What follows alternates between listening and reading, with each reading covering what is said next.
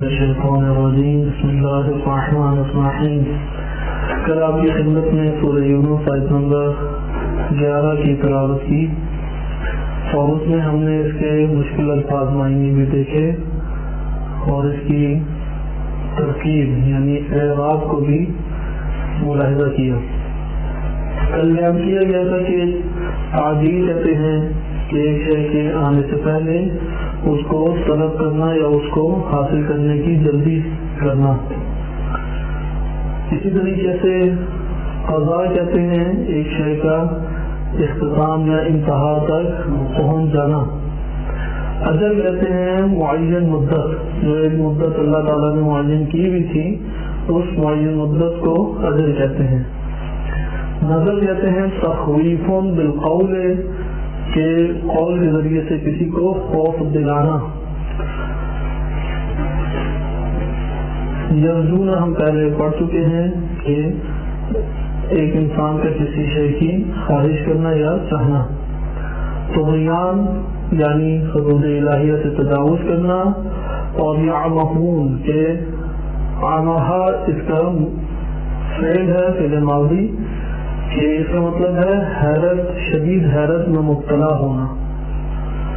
کیا اس کا مطلب ہے شدید حیرت میں مبتلا ہو جانا؟ یہ تب ہوتا ہے جب دل اندر ہو جائیں، دلوں میں تاریکیاں پھیل جائیں تو پھر کچھ دکھائی نہیں دیتا، کیونکہ حیرت اور انسان کا سرگرداں ہونا یہ تبھی ہوتا ہے کہ جب اسے کچھ دکھائی نہ دے رہا ہو۔ لہٰذا یعمہون کا مطلب کیا ہے؟ الحیرہ الشدیدہ، کہ ایسی حیرت جو بہت شدید تر ہو۔ آپ کی خدمت نے کل اس کا ایک مطلب بیان کیا کہ خداوند متعال نے عذاب دینے میں انسان کو جلدی نہیں کی۔ لطف الہی ہے، عیسائی ہو یا یہودی ہو، مسلمان ہو یا غیر مسلم ہو، ہر ایک کے لیے اللہ تعالیٰ نے یہ لطف رکھا ہے کہ اس کی خطاؤں کے اوپر، اس کی معصیت کے اوپر اللہ تعالیٰ نے فوراً سزا مقرر نہیں کی، فوراً عذاب مقرر نہیں کیا۔ ایسا نہیں ہے کہ بارگاہ الہی میں اس کی ملکیت میں اسی کی نعمات کے ذریعے سے انسان اس کی مخالفت کرے تو اللہ تعالیٰ فوراً اسے پکڑ لے، ایسا نہیں ہے۔ اس کے برخلاف انسان جو خطاؤں کا پتلا ہے، حکمت نہیں ہے، جہالت کا مرکب ہے، ظلمتوں میں پڑا ہوا ہے، اس کے برعکس طبیعت ہے۔ انسان کی طبیعت یہ ہے کہ وہ جس چیز میں نفع دیکھتا ہے اس کی طرف انتہائی تیزی سے بڑھتا ہے۔ اللہ تعالیٰ نے انسان کو جب خلق کیا تو اس کے اندر نقائص ہیں، وہ نقائص بنیادی طور پر یہی نقائص ہیں۔ اس کے اندر جو نقائص ہیں وہ نقائص کیا ہیں؟ جہالت ایک نقص ہے، ظلمتوں میں ہونا ایک نقص ہے، ناشکرہ ہونا ایک نقص ہے، جس کو بار بار قرآن کریم نے بیان کیا۔ طغیانیت میں پڑ جانا ایک نقص ہے، انہی نقائص سے نکلنا کمال کہلاتا ہے۔ لہذا یہ صورت ہمارے سامنے واضح ہوئی کہ عجلت سے کام اس صورت میں لیا جاتا ہے جب انسان یا ذات حکیم نہ ہو، ورنہ تو عجلت سے کام نہیں لیا جا سکتا۔ مثلاً اگر آپ نے دیکھا ہوگا ایک درخت کے اوپر بھی پھل لگا ہے اور کچا ہے، اسے اتارنے کا وقت نہیں آیا، جو حکیم ذات ہے لوگوں میں سے جو حکیم ہے وہ کبھی بھی پھل کو نہیں توڑے گا، وہ اس کا انتظار کرے گا کہ پھل پک جائے پھر اسے اتارا جائے۔ لیکن بچے نادان ہوتے ہیں، عجلت پسند ہوتے ہیں، تیز اور سرعت کے ساتھ اسی طرف پلٹتے ہیں اور وہ پھل اتار لیتے ہیں۔ لہذا عجلت کا مظاہرہ کرنا ایک غیر حکیمانہ فعل ہے اور یہ خداوند متعال سے صادر نہیں ہو سکتا۔ لہذا یہی وجہ ہے کہ انسان کی صفت اس آیت میں یہ بیان کی گئی کہ وہ عجلت پسند ہے۔ وَكَانَ الْإِنسَانُ عَجُولًا، کہ انسان عجلت والا ہے۔ عجولہ یعنی بہت عجلت کرنے والا ہے، ہر چیز میں جلد باز ہے، وقت آنے سے پہلے اسے حاصل کرنا چاہتا ہے۔ اگر نعمت مل جائے تو اس نعمت کی طرف پلٹنے میں، جھپٹنے میں، بھاگنے میں عجلت سے کام لیتا ہے۔ اگر نعمت چھن جائے تو صبر نہیں کرتا اور شور مچانے میں عجلت سے کام لیتا ہے۔ لہٰذا انسان کے اندر یہ بے قراری موجود ہے کہ اگر اس بے قراری کو ختم کیا جائے تو اسی صورت میں انسان با کمال بن سکتا ہے. تو بہرحال یہ ہمارے سامنے ایک مزاج، انسانی مزاج اور خداوند متعال کا اس دنیا میں مدبرانہ ایک قانون سامنے آتا ہے کہ خدا نے یہ قانون و سنت رکھی ہے. یہ سنت الہیہ میں سے ہے، یہ قوانین الہیہ میں سے ہے کہ خداوند متعال کسی بھی قوم کو، کسی بھی فرد کو ایک جرم انجام دینے پہ فوراً نہیں پکڑتا. فوراً پکڑ اللہ کی نہیں آتی، مگر یہ کہ وہ ریشم کے کیڑے کی طرح اپنے آپ کو اس قدر جال میں بند کر لے کہ وہ جال اس کی موت کا سبب بن جائے. ابھی یہ بات کہ کس طرح سے خدا کے یہ قانون ہے. خدا عجلت پسند نہیں ہے، خدا کے متعال کے کاموں میں عجلت نہیں ہے، حکمت ہے، ہر کام میں حکمت ہے. کسی قوم کو اللہ تعالیٰ نے انذار کے بغیر عذاب نہیں دیا، انذار کے بعد آیت بھی دکھائی اور آیات ادھر گاڑی کہ لوگ اسے دیکھ کے ایمان لے. آیت یعنی ایک ایسی نشانی اس جگہ برقرار کی کہ اس نشانی کو دیکھ کے لوگوں کو معلوم ہو جائے کہ اب عذاب آئے گا اگر ہم نے اپنے آپ کی اصلاح یا درستگی نہیں کی. لہذا خداوند متعال نے کسی بھی قوم کو انذار اور آیات کے بغیر عذاب نہیں دیا، ان کے ایک کام کے فوراً کرنے پہ فوراً عذاب نہیں دیا. یہ خدا کی سنت نہیں ہے کہ وہ فوراً عذاب دینے میں جلدی کرتا ہو یا فوراً عذاب دیتا ہو. یہ سنت الہی کے برخلاف ہے. قانون الہی کیا ہے؟ شان ربوبیت کیا ہے؟ خداوند متعال کا حکیمانہ فعل کیا ہے؟ وہ یہ ہے کہ بندے کو مہلت دی جائے، کیونکہ اللہ نے یہ کمال کے لیے زمین خلق کی ہے، مگر اس نے خداوند متعال نے اسے انجام تک پہنچانے کے لیے تو نہیں دی. یہ زمین کی زندگی، یہ حیات دنیاوی خداوند متعال نے ان نقائص کو دور کرنے اور کمال کے حاصل کرنے کے لیے آباد کی ہے. لہذا اگر خداوند متعال فوراً ہی موت دے دیتا تو کیسے یہاں پہ زندگی آباد ہوتی؟ انسان تو نادان ہے. خود قرآن نے کتنی جگہوں پہ کہا کہ خلق الانسان ضعیفا، انسان ضعیف خلق ہوا ہے. انہ ظلوما جہولا، انسان ظلمتوں والا ہے، جاہل ہے، جہالتوں میں گھرا ہوا ہے. اور یہ انسان کفار، کہ اس کے لیے کفار کی صفت آئی ہے، ناشکرا ہے کہ اپنے محسن کا کسی قسم کا شکر ادا نہیں کرتا. یہ جب صفات آئیں کہ ایک دفعہ ظلم ہے، جہول ہے، کفار ہے، قطور ہے اور طاغوت ہے، کتنی اس کی صفات ہیں. اس لیے اگر اس سے یہ تقاضا کیا جائے کہ کوئی بھی اس سے غلط کام نہ صادر ہو تو یہ مشکل کام ہے. اس لیے خدا نے اس کی انسانی زندگی کے مراحل رکھے، بچپنا رکھا ان خطاؤں کا کہ جو مرضی کرو، 7 سال سے پہلے تک جو مرضی تم انجام دیتے رہو، لہو لعاب میں زندگی بسر کرو. 7 سے 15 سال اللہ تعالیٰ نے تربیت کے رکھ دی، اس میں بھی عذاب نہیں رکھا، اس میں بھی تکلیف نہیں رکھی. اس میں یہ کام ہوگا کہ 7 سال کے بعد اب ظلمن جہولا ہے، لیکن اب جہالت سے نکل کے علم میں آنا ہے، ظلمتوں سے نکل کے نور میں آنا ہے، قطورہ سے نکل کے سخاوت کی دنیا میں قدم رکھنا ہے. کفار یعنی ناشکرا پن سے باہر نکل کے اب اس میں 7 سے 15 سال تک یہ ساری تعلیم انسان کو ازبر ہونی چاہیے، تاکہ انسان جب 15 سال کے بعد میدان جہاد یعنی اب جو جہاد اکبر شروع ہوگا اس میں قدم رکھے تو پھر دشمن کی زد میں نہ آئے، دشمن کی گولیوں کا نشانہ نہ بنے، دشمن کے چالوں کا اور اس کے جال میں اور اس کی پلاننگ کے اندر نہ آ جائے.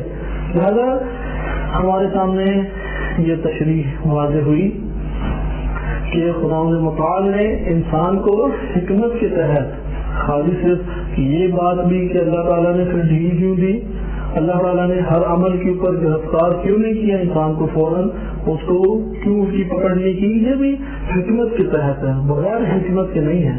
انہ علیم حکیم، کہ علیم ہے اور حکیم ہے، ہر کام اس کا حکمت کے اوپر ہے. اس لیے اس کے بعد آپ آگے دیکھیں کہ سنت الہی اس آیت میں ذکر کی جا رہی ہے. اس سنت الہی کے اوپر دقت سے آپ لوگوں نے اپنے اس ذہن میں اس مطلب کو ذہن نشین کرنا ہے سنت الہی کو، کیونکہ انشاءاللہ یہ والا ٹاپک جب ہمارا شروع ہوگا کہ معاشروں کے اوپر لاگو قوانین اللہ سبحانہ و تعالیٰ کے، ان میں سے خود ایک قانون یہ ہے کہ کسی بھی قوم کو اللہ تعالیٰ نے فوراً عذاب میں مبتلا نہیں کیا، کسی بھی قوم کو اللہ تعالیٰ نے اس کی فوراً پکڑ نہیں کی. خداوند متعال نے انہیں بہت زیادہ مہلت دی، استغفار اور توبہ کے دروازے ہمیشہ کھولے رکھے، انذار اور آیات کے ذریعے سے توجہ کرانے کی کوشش کی. لیکن اگر جب وہ لوگ اپنے ہی ہاتھوں سے ہلاکت کا اہتمام کر چکے اور انہوں نے اپنی تقدیر کو اس طور پہ لکھ لیا تو اس کے نتیجے میں خداوند متعال نے عذاب نازل کیا. عذاب میں جلدی نہیں، اس لیے یہ قانون الہیہ میں سے ہے، سنت الہی ہے جو معاشروں کے اوپر قائم دائم ہوتی ہے. اور یہ سنت الہی سے انسان کو تربیت کے اصول بھی پتہ رکھتے ہیں. اگر مقصد اور ہدف تربیت ہو تو اس میں فوراً پکڑ نہیں ہوتی، بلکہ کبھی چھوٹ ہوتی ہے، کبھی سزا ہوتی ہے، اس کے مطابق قدم اٹھایا جاتا ہے جو اس کی تربیت کے لیے سازگار ہے. لہذا آیت کو ملاحظہ کریں، وَلَا يُعَجِّلُ اللَّهُ لِلنَّاسِ الشَّرَّ، کہ اللہ تعالیٰ اگر لوگوں کے لیے شر کو تعجیل کر دیتا، جلدی کر دیتا. یہاں سے شر سے مراد عذاب ہے، ہر وہ چیز جو انسان کو برباد کرنے کے لیے آ جائے یعنی عذاب ہے. استعجالهم بالخیر، کہ بالکل اسی طرح جیسے لوگوں نے جلدی کی خیر کی طرف بڑھنے کے لیے. اگر اللہ تعالیٰ بھی لوگوں کی مانندی ہو جاتا کہ غیر حکیمانہ خیر انجام دینا شروع کر دیتا تو پھر دونوں میں فرق ہی نہ ہوتا. صحیح. اگر کہیں کہ کیا تذکرہ کیا کہ اگر اللہ تعالیٰ لوگوں کی طرح جلد باز ہوتا اور جلدی کرتا تو کیا نتیجہ نکلتا؟ آگے لام کے ذریعے سے کہ جو جواب شرط کی لام آ رہی ہے کہ لَقُضِيَ إِلَيْهِمْ أَجَلُهُمْ، اگر اللہ تعالیٰ جلدی سے کام لیتا بالکل ایسے جیسے لوگ انجام دیتے ہیں، ہمارے یہاں سے عام چلتا ہے نا، اس نے ایسا کیا تو میں بھی ویسے ہی کروں گا، وہ میری بات مانتا ہے کہ میں اس کی بات مانوں. تو یہ بتانا چاہ رہے ہیں کہ بندہ تو جلدی کرتا ہے لیکن خداوند متعال اپنا تعارف کرا رہا ہے، وہ رحیم ہے، حکیم ہے، غفور ہے. اس کے بعد اگر کوئی عذاب آتا ہے تو وہ اس کی رحمت سے باہر نہیں ہے، وہ اس کی رحمتوں میں پھر بھی شامل ہے عذاب. لہذا ہمارے پاس کیا صورت ہے کہ خداوند متعال جلد باز نہیں ہے. خداوند متعال نے انسانی تربیت کے پیش نظر حکیمانہ فعل کو انجام دیا ہے. خداوند متعال نے سنت الہیہ قائم کی ہے کہ معاشروں کے اوپر کہ ایک چھوٹی سی خطا پہ یا خطا برائے خطا تکراری خطاؤں کے اوپر بھی فوراً پکڑ نہیں کی، بلکہ ان کو مہلت دی، استغفار کریں، توبہ کریں، لوٹ آئیں، ایمان لے آئیں. اگر پھر بھی یہ مہلت گزرتی رہی تو پھر اللہ تعالیٰ کوئی مشکل پیدا کرے گا جس سے وہ سمجھ جائیں. اگر اس سے بھی نہیں ہوا ان کے لیے مسئلہ تو کوئی نشانی ایسی قرار دے گا معاشرے میں کہ جس کو دیکھ کے لوگ لوٹ آئیں. اگر پھر بھی وہ قوم یا معاشرہ یا وہ فرد لوٹ کے نہیں آتا تو پھر سمن بکمن عمیون فہم لا یرجعون. جب اس نہج کے پر معاشرہ پہنچ جاتا ہے لا یرجعون کیونکہ علم الہی میں تو ہے یہ بات. علم الہی میں آنے کے بعد جب عملی طور پہ یہ سامنے آ جائے کہ لا یرجعون کہ یہ لوگ لوٹ کے نہیں آئیں گے، پھر عذاب الہی آتا ہے. اس لیے فوراً اتفاقی طور پہ عذاب الہی کہیں پہ بھی نہیں آتا. اب میں نے کتنے مراحل ہیں عذاب کے آنے کے، اتنے آرام سے عذاب الہی نہیں آتا. لا یرجعون خدا ممکن ہے یہ بھی کہہ سکتا تھا کہ مجھے پتا مستقبل میں اس قوم نے معاشرے نے ہلاک ہونا ہے، اس لیے میں نے ابھی سے ان کے اوپر عذاب نازل کر دیا. یعنی خدا کی عجلت بھی اس کے علم سے سازگار ہے، لیکن اس کی رحمت اور غفوریت اور حکیمانہ پن اس کا تقاضا یہ ہے کہ وہ عذاب کو مؤخر کر دے. آپ نے اس میں ملاحظہ کیا کہ خداوند متعال کس طریقے سے انسانی معاشروں کو قوانین کے ساتھ لے کے چلتا ہے کہ عذاب الہی فوراً نہیں آتا.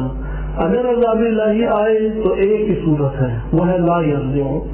یہ لا یرجعون اس میں اللہ نے فقط اپنے علم سے استفادہ نہیں کیا بلکہ عملی طور پہ لوگوں کو آئندہ آنے والے زمانے یا حال ان لوگوں کے لیے اللہ تعالیٰ نے سامنے ان کی زندگیاں رکھی اور ان کے اعمال سامنے رکھے، یہاں تک کہ وہ خود گواہی دیتے ہیں کہ ہم لوٹ کے نہیں آئیں گے۔ جیسے انبیاء علیہ السلام کی قومیں ہیں، ان کے ہم نے انشاءاللہ بھی آگے پڑھیں گے بھی کہ وہ دعویٰ کرتے تھے کہ اے نبی ہم تیری بات بھی پر عمل نہیں کریں گے۔ یہ کیسے ہو سکتا ہے ہم اپنے آباء و اجداد کے طور طریقوں کو چھوڑ دیں؟ یہ کیسے ہو سکتا ہے کہ ہمارے آباء و اجداد جن چیزوں کی عبادتیں انجام دیتے تھے ہم بھی انہی کی عبادتیں انجام نہ دیں؟ ہم ان کی حتماً عبادتیں انجام دیں گے۔ لہٰذا یہ بات ہمارے سامنے آتی ہے کہ خدا نے اپنے علم کے بعد اس قدر انہیں مہلت دی کہ ان کا عمل سامنے آ جائے اور عمل آ کے گواہی دے لا یرجعون۔ جب کسی قوم یا کسی فرد کا عمل یہ بتا دے کہ میں لوٹ کے نہیں آؤں گا، بس وہ وقت عذاب ہوتا ہے، ادھر سے عذاب شروع ہوتا ہے۔ اگلی بات ایسا خدا متعال ادھر شرطیہ جملے کے ساتھ یہ بیان کرنا چاہ رہا ہے کہ اگر لوگوں کو عذاب دینا، اللہ تعالیٰ کا لوگوں کو عذاب جلد دینا ہوتا، یعنی یہ اللہ کی سنت یہ ہوتی، تو پھر کیا ہوتا؟ آپ دیکھتے کہ سب لوگ مرے پڑے ہیں، ان کی جو اجل ہے، معین وقت ہے، وہ تو آپ ان کا ہے کہ جب پہلی خطا کی تب بھی وہ قابل گرفت تھا، قابل پکڑ تھا، اسے فوراً پکڑنا چاہیے تھا، اسے گرفت میں کرنا چاہیے تھا۔ لہذا اس آیت کے اسلوب کو دیکھیں، وَلَوْ يُعَجِّلُ اللَّهُ لِلنَّاسِ الشَّرَّ، کہ اس کے ذریعے خدا یہ بتانا چاہ رہا ہے کہ اللہ تعالیٰ نے فوراً یہ خود تعجیل نہیں کہ اس لیے سب لوگوں کی اجل بھی ابھی ان کے اوپر فوراً نہیں آئی۔ ایک اجل وہ ہے جو علم الہی ازلی میں ہے کہ لن یؤخر اللہ نفسا اذا جاء اجلها، کہ اللہ تعالیٰ کسی بھی نفس کو مؤخر نہیں کرتا جب اس کی موت آ جائے۔ وہ اجل دوسری ہے، یہاں پہ جو اجل سے مراد ہے وہ پکڑ ہے، وہ اس کی گرفت ہے اس کے عمل کے اوپر۔ یہ بات ایک موت تو آنی ہے، حتماً اللہ تعالیٰ نے کل نفس ذائقۃ الموت لکھ دیا ہے۔ ایک اجل یہ ہے کہ ہر کام کے اوپر جو سزا بنتی ہے فوراً اسے دے دی جائے، وہ دے دی جائے تو انسان زندہ ہی نہ رہے۔ خدا یہ بیان کرنا چاہ رہا ہے کہ اگر لوگ جیسا اپنے نفع کی طرف تیزی سے بھاگے جاتے ہیں اور عجلت سے کام لیتے ہیں، اگر اللہ تعالیٰ بھی عذاب دینے میں عجلت سے کام لیتا ہے تو یہ سب مر چکے ہوتے ہیں۔ یہ سب نہیں مرے ہوئے، اس سے کیا پتہ لگتا ہے اللہ نے بھی عذاب دینے میں عجلت سے کام نہیں لیا۔ یہ اسلوب اسی طریقے سے کہ آپ یہ کہ مثلا آپ اپنے گھر میں ہیں، گھر کا سارا نظام اور نظام و نسق آپ چلاتے ہیں، آپ کہتے ہیں کہ اگر میں اپنے گھر میں پیسے جو ہے وہ کھلے نہ دیتا تو تم سب ابھی بھوکے ہوتے۔ اس کا کیا مطلب ہے اس جملے کا؟ اور میں اگر تمہیں کھلے جو میرے پاس اللہ تعالیٰ نے کفائش دی ہے، وسعت دی ہے، اس وسعت کے مطابق میں بھی وسعت سے تمہارے اوپر خرچ نہ کرتا تو تم سب ابھی بھوکے ہوتے۔ اس سے کیا اس جملے سے اگلے کو بتانا چاہ رہے ہیں؟ یعنی میں وسعت سے تمہیں دیتا ہوں، اس وجہ سے تم بھوکے نہیں ہو۔ لہٰذا اس آیت کو اس طور پہ توجہ سے حل کریں، کیونکہ ایک دفعہ ہوتی ہے آیت سے معنی نہیں پتہ لگ رہا ہوتا، جو تشریحی ہوتی ہے وہ یاد ہوتی ہے، آیت سے کوشش کر رہے ہوتے تب بھی ترجمہ نہیں کر رہا ہوتا۔ ایسی صورت نہیں ہونی چاہیے، آیت جو کہہ رہی ہے پہلے ہم وہ سمجھیں۔ لہٰذا آپ آیت دیکھیے کیا ادھر خدا کہہ رہے ہیں، اگر اللہ تعالی لوگوں کے لیے شر کو تعدیل کر دیتا، عجلت کر دیتا، لقضی الیہم اجلہم، تو ان لوگوں کی مدت یعنی موت حتمی ان کے اوپر آ چکی ہوتی، حتماً و حتماً ان پر آ چکی ہوتی۔ اب اس جملے سے ہم کیا سمجھیں کہ چونکہ ان کے اوپر حتماً موت نہیں آئی، پس اس سے ہمیں معلوم ہو گیا کہ اللہ تعالیٰ نے لوگوں کے اوپر شر میں تعجیل بھی نہیں کی۔ واضح ہے بات؟ صحیح ہے نا؟ یہ حل ہو گیا اس کا ترجمہ کہ وَلَوْ يُعَجِّلُ اللَّهُ لِلنَّاسِ الشَّرَّ، پھر خدا نے آگے بیان دی کہ استعجالهم بالخیر، یہ لوگوں کی صفت ہے کہ بھاگے بھاگے تیزی سے سرعت کے ساتھ جاتے ہیں۔ اس کے بعد آیت یہاں پہ پیغام ختم۔ اب آیت کا دوسرا حصہ ہے، لہٰذا بعض اوقات ایسا انسان کو محسوس ہوتا ہے کہ لو یعجل اللہ للناس الشر، یہ فا جو آ رہی ہے اس کا تعلق لو کے ساتھ ہے، ایسی صورت نہیں۔ کلام کا ایک ہی تسلسل ہے، لیکن اس کلام کے دو جملے ہیں، کامل دو جملے، ایک جملے شرطیہ ہے اور ایک جملے خبریہ ہے، صحیح ہے؟ ایک جملے شرطیہ ہے، لو یعجل اللہ للناس الشر، اس کے بعد ہے لقضی الیہم اجلہم، یہ ایک جملہ کمپلیٹ ہو گیا، مکمل ہو گیا۔ مکمل ہونے کے بعد اب دوسرا جملہ شروع ہو رہا ہے، وہ جو دوسرا جملہ کیا ہے؟ فَنَظَرُ الَّذِينَ، اب خدا نے متعلق ایک اور بات کہہ رہے ہیں کہ اب جو اللہ نے ترک کیا ہے، اب تو یہ ہمیں پتا نا کہ اللہ نے تعجیل نہیں کی، لوگوں کو چھوڑا ہے، تو یہاں کوئی سوال اٹھا سکتا ہے کہ اللہ تعالیٰ نے ٹھیک ہے لوگوں کو چھوڑا ہے، لیکن نیک لوگوں کو چھوڑتا کہ کیوں برے لوگوں کو اتنی آزادی دی ہوئی ہے؟ کیوں فرعون نما، نمرود نما، صدام 32 سال رہا، شاہ بڑھاپے میں مرا، اوباما کو موت ہی نہیں آ رہی، وہ معمر قذافی زندگی بڑھتی سے بڑھتی جا رہی ہے، انہیں کیوں نہیں فوراً موت آتی؟ برے لوگوں کو تو جلد موت آتی ہے، زمین پاک ہو جاتی، کیونکہ وہ تو تکرارن گناہ کر رہے ہیں، لا یرجعون ہو چکے ہیں، وہ لوٹ کے آنے والے نہیں ہیں، دل ان کے مردہ ہو چکے ہیں، روح کی زندگی تمام ہو چکی ہے، روح کے قبرستان یعنی جہنم میں انہیں جانا چاہیے۔ اور مفعال اگر اللہ تعالیٰ نے تعجیل نہیں کی تو یقیناً حکمت، اور یہ حکمت روایات میں وارد بھی ہوئی ہے کہ حکمت الہی یہ ہے کہ انسان استغفار کرے، انسان توبہ کرے، باکمال ہو، ایمان لے آئے اور آگے کی زندگی خوشگوار اور کامیاب زندگی گزارے۔ جیسے خدا متعال نے فوراً پکڑ نہیں کی تو خدا کی رحمت، خدا متعال کی حکمت، اس کا تقاضا ہی یہ ہے کہ اللہ نے تربیت کے لیے دنیا آباد کی ہے، خدا متعال نے تربیت کے لیے دنیا آباد کی ہے۔ تربیت کا تقاضا یہ ہوتا ہے کہ انسان کو اس کے مرحلہ زندگی کے مطابق چھوٹ دی جائے یا پکڑ کی جائے، لہٰذا اللہ تعالیٰ نے ہر عمل کی اور پکڑ نہیں رکھی۔ یہ فلسفہ ہمیں سمجھ آ گیا کہ اب ادھر جو مومن ہے اس کے لیے تو رحمت ہی رحمت ہے نا، نعمت ہی نعمت ہے اللہ تعالیٰ کا برائیوں کے اوپر چھوڑ دینا کہ وہ بچ جائے گا عذاب الہی سے، توبہ کرے گا، ایمان لے آئے گا، لوٹ آئے گا، بچ جائے گا۔ مومن کے لیے ہر روز، ہر نیا دن اس طور پہ رحمت ہوتا ہے کہ یہ جو اللہ نے نیا دن ہمیں عطا کیا ہے، اس میں ہم نے کیا کرنا ہے، ہمارے سامنے وہ برنامہ پروگرام ہونا چاہیے۔ اگر دن ضائع کیا ہے تو پشیمان ہونا چاہیے، استغفار کرنا چاہیے، یہ مومن کے لیے چھوٹ ہے۔ جہاں تک کفار، خصوصاً وہ لوگ جنہوں نے لوٹ کے نہیں آنا، ان کی ایک صفت مشترک ہے، چاہے مسلم ہو یا غیر مسلم ہو، جن کے دل اندھے ہو چکے ہیں، ان کی ایک صفت مشترک ہے، اور اسی مشترک صفت سے اللہ تعالیٰ نے ادھر خطاب کیا ہے، فَنَظَرُ الَّذِينَ لَا يَرْجُونَ لِقَاءَنَا، ہم ہوں یا کوئی اور ہو، اگر وہ اللہ سے ملاقات نہیں چاہتا، یعنی قیامت کے اوپر حقیقی اعتقاد نہیں ہے، مرنا نہیں چاہتا، موت کے بارے میں سوچتا ہی نہیں ہے، زندگی آباد ہے، موت کا نام سن کے اس کا دل ہلنے لگ جاتا ہے کیونکہ اس کی عاقبت بخیر نہیں ہے، اگر ایسی صورت ہے تو خدا فرماتا ہے یہ ڈھیل ان کے لیے کیا سبب ہے؟ مزید عذاب کا سبب ہے۔ لہٰذا یہ تعجیل اللہ تعالیٰ کا نہ کرنا، اس میں دو فلسفے ہو گئے، مجرمین کے لیے عذاب در عذاب ہے، مومن کے لیے رحمت در رحمت ہے، جب توبہ کر لے گا اللہ تعالیٰ قبول فرما لے گا۔ یہ بات خدا نے اس دنیا کو تربیت کے لیے رکھا، تربیت آزمائش سے ہوتی ہے، آزمائش میں انسان کے مرحلے زندگی کے مطابق پکڑ ہوتی ہے یا چھوٹ ہوتی ہے، اس کے مطابق اللہ تعالیٰ نے انسان کو سہولت عطا فرمائی، نعمت عطا فرمائی۔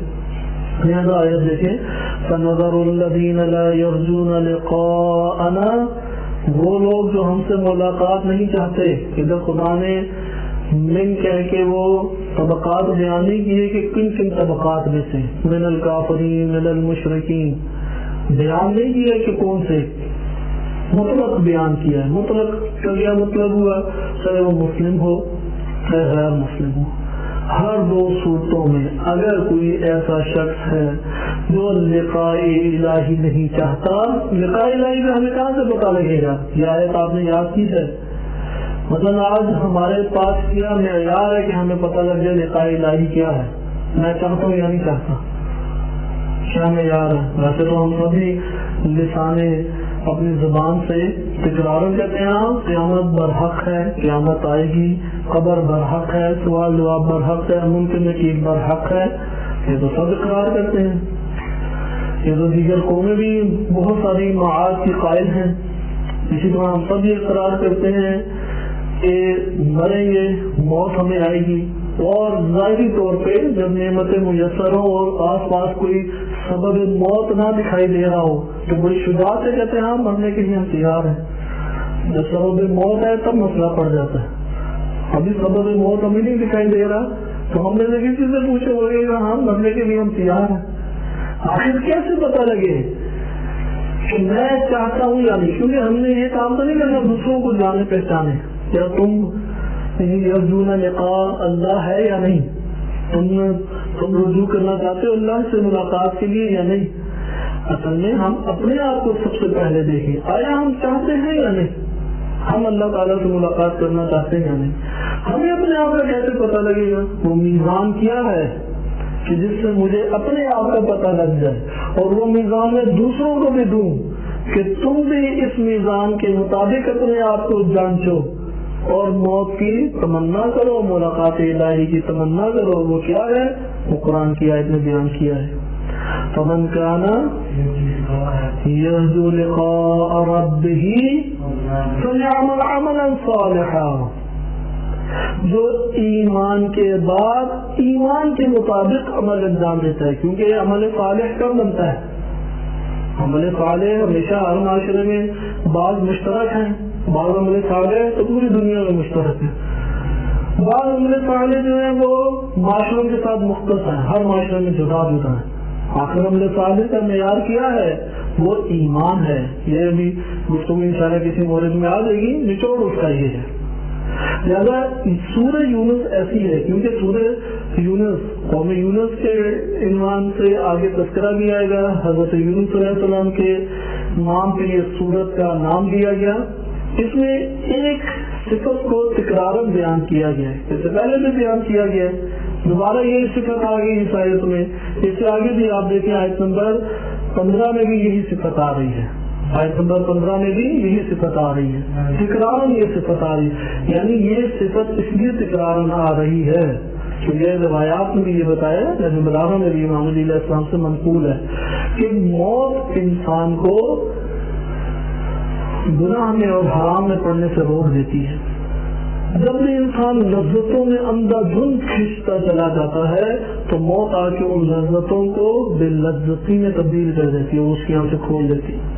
اسے روایات میں آیا ہے کہ کثرت سے موت کا تذکرہ کرو، کثرت سے موت کا تذکرہ کرو۔ لہذا لا یرجون لقاءنا اس کا معیار کے عمل صالح، عمل صالح صرف وہ ہوتا ہے جو ایمان کے بل بوتے پر اس کے تقاضوں کے مطابق، اس کے اصولوں کے مطابق، اس کی شرائط کے مطابق وجود میں آئے۔ مطلب نماز پڑھے، نماز عمل صالح ہے، لیکن کسی بھی طریقے سے پڑھتا رہے، کیا جس تک اس کی معلومات جیسی پہنچی ہے ویسی پڑھے؟ ممکن ہے ٹھیک ہے اہل سنت پڑھتا اس تک پہنچا ہی نہیں ہے پیغام حق، لیکن اس میں علم کے مطابق کرنا ضروری ہے۔ اسی طریقے سے شرائط ہیں، ایمان کی شرائط کے مطابق اگر عمل انجام دے، اس سے پتہ لگتا ہے وہ قیامت میں کرنا چاہتا ہے ملاقات، قیامت تک عقیدہ رکھتا ہے یا نہیں، اللہ سے ملاقات کرنا چاہتا ہے یا نہیں کرنا چاہتا۔ عمل صالح معیار ہے، اس پر دقت کریں کہ بہت بڑا پیغام ہے، کیونکہ انسان کے ہر لحظہ کوئی نہ کوئی عمل انسان کے وجود سے صادر ہو رہا ہے، ہر لحظے جب عمل صادر ہو رہا ہے تو عمل صادر ہونے کے لیے اس کے پاس دو موقع ہیں، یا وہ عمل صادر ہو حق کے مطابق، اللہ سبحانہ و تعالیٰ کے مطابق، یا وہ عمل صادر ہو شیطان یا خواہشات نفسانی کے مطابق۔ جس کو فکر ہوتی ہے قیامت کی، جس کو فکر ہوتی ہے اللہ سبحانہ و تعالیٰ کی، اس کا عمل اللہ کے مطابق صادر ہوتا ہے۔ اور جو غافل ہوتا ہے، جو توجہ نہیں کرتا، جس کا عقیدہ اندر سے کمزور ہے، اس کا عمل خواہشات نفسانی کے مطابق ہوتا ہے۔ لہٰذا جب بھی خواہشات نفسانی کے مطابق عمل صادر ہو جائے، سمجھ لینا چاہیے کہ اس لحظے اس وقت ہمارا اس نظریے اور عقیدے کے اوپر، عقیدے قیامت کے اوپر، ملاقات الہی کے اوپر ہماری توجہ نہیں تھی، کمزور ہو گیا تھا ہمارا یہ عقیدہ. لہٰذا اس عقیدے کو اللہ نے اس صفت کو مشترک طور پہ اٹھایا، مسلم ہو یا غیر مسلم. فَنَظَرُ الَّذِينَ لَا يَرْجُونَ لِقَاءَنَا، یہ جو لوگ ہیں کہ جو ہم سے ملاقات نہیں کرنا چاہتے، ان کا چھوڑنا کیا ان کا باعث بنے گا؟ فی طغیانہم یعمہون، اور طاغوتیت کے اندر یہ چلے جاتے ہوں گے اور جاتے رہیں گے. یعنی حیرت، شدید حیرت میں اور مبتلا ہوتے رہیں گے. حیرت اردو میں ایک تو اس لیے بھی استعمال ہوتا ہے، ایک چیز جو ناقابل یقین ہو وہ انسان کے سامنے وجود میں آ جائے تو انسان حیرت کرتا ہے. ادھر حیرت سے مراد اردو والا حیرت نہیں ہے، کیونکہ اردو والا حیرت تعجب کے معنی میں بھی آتا ہے. صحیح ہے، ادھر حیرت سے مراد ہے کچھ نہ دکھائی دینا. جب انسان ایک جگہ سے نکلنا چاہتا ہے اور کہیں کچھ اسے راہ دکھائی نہ دے رہی ہو، کبھی ادھر لگتا ہے کبھی ادھر لگتا ہے. مطلب ایک آپ کو یہ تجربہ پاکستان میں تو زیادہ ہوگا کیونکہ ادھر یہ لطف زیادہ ہے کہ اس طرح کی مثالیں مل جاتی ہیں کہ لائٹ گئی ہو، کبھی ادھر لائٹ جاتی ہے پورے محلے کی جاتی ہے کہ کوئی روشنی کی نمک ہوتی نہیں ہے. آلودگی ایسی ہوتی ہے کہ آسمان کے ستارے روشنی نہیں پیدا کر رہے ہوتے. ایسے میں آپ چاہتے ہیں کہ ماچس یا موم بتی یا کوئی لائٹ اٹھائیں تو کیا آس پاس ٹکراتا نہیں انسان کے ساتھ؟ کبھی ایک طرف ہو کر کھائی، خصوصاً وہ جگہ ایک انسان کے لیے نہیں ہو، اگر آشنا ہو جہاں پہ وہ اپنا گھر ہے مدتوں سے رہ رہا ہے پھر بھی اس کی ادھر ادھر ٹکر ہوتی ہے. لیکن اگر پہلی دفعہ ہو تو اسے کچھ پتہ ہی نہیں لگے گا.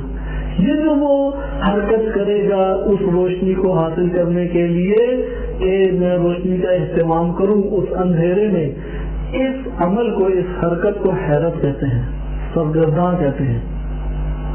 واضح بات، اس عمل کو سرگرداں ہونا کہتے ہیں. یہاں پہ یہ بیان کر رہے ہیں، خداوند متعال بیان فرما رہا ہے کہ یہ جو مہلت ہم نے دی ہے، تعجیل نہیں کی، مہلت دی ہے، عذاب فوراً نازل نہیں کیا، یہ مجرموں کے لیے بہت بڑا عذاب ہے. یہی مکر اللہ ہے ان کے لیے، یہ مکر اللہ ہے، یہ چھوٹ دینا ہے. اسی کو استدراج کہتے ہیں تاکہ یہ لوگ اپنی طغیانیت میں اور زیادہ ڈوبتے چلے جائیں اور اس اندھیرے میں اضافہ کرتے چلے جائیں اور اصل راہ سے دور ہوتے چلے جائیں. لہٰذا اپنی طغیانیت میں یہ لوگ مزید حیرت زیادہ ہوتے چلے جائیں گے، یعنی مزید ٹھوکروں پہ ٹھوکریں کھاتے چلے جائیں گے، سمجھنے کا موقع ہی نہیں ملے گا. اتنی ٹھوکریں کھائیں گے اور اس ٹھوکریں کھانے کی وجہ کیا ہے؟ طاغوت ہو جانا، طغیانیت میں پڑ جانا، حدود الہی سے تجاوز کرنا. حدود الہی سے تجاوز تبھی ہوتا ہے جب موت کی فکر نہیں، قیامت کا عقیدہ نہیں، قیامت سے توجہ نہیں، لہذا حدود سے انسان تجاوز کر بیٹھتا ہے.